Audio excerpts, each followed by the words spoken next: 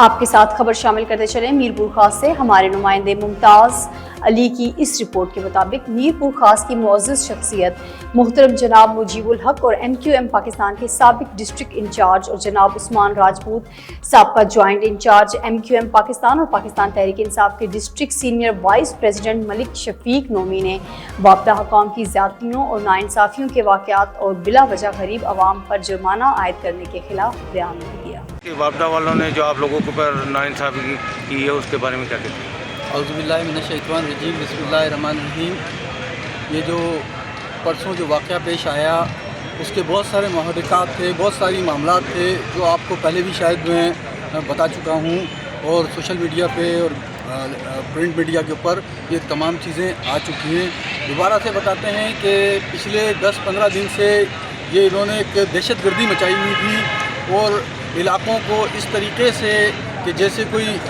غنڈہ گردی اور بدماشی مچائی ہوئی تھی، اس کے خلاف اس کے اوپر لوگوں کا ایک رد عمل تھا جو پرسوں سامنے آیا عام عوام کا،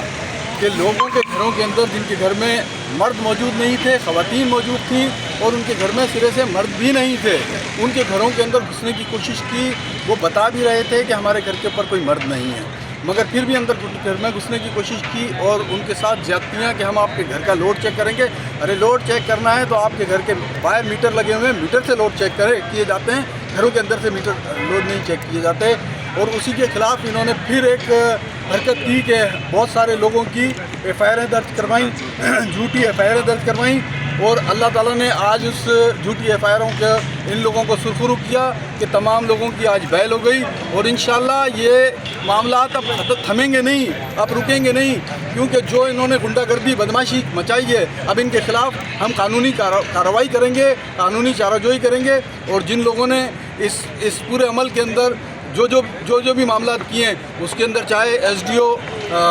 وابدہ ہوں، چاہے ایکسین ہوں، چاہے AC ہوں، چاہے ہیسکو چیف ہوں، ان کے خلاف انشاءاللہ پٹیشن دائر کریں گے۔ 22 کی ایک اپلیکیشن موو کر رہے ہیں، ایک ہی نہیں بلکہ جتنے لوگ یہ جو 40 45 50 لوگوں کے اوپر انہوں نے FIR درج کریں گے، اس کے خلاف انشاءاللہ ہم بھرپور انداز کے اندر ان کے پٹیشنیں بھی دائر کریں گے اور ان کو بتائیں گے کہ FIR کٹواتے کیسے ہیں انشاءاللہ۔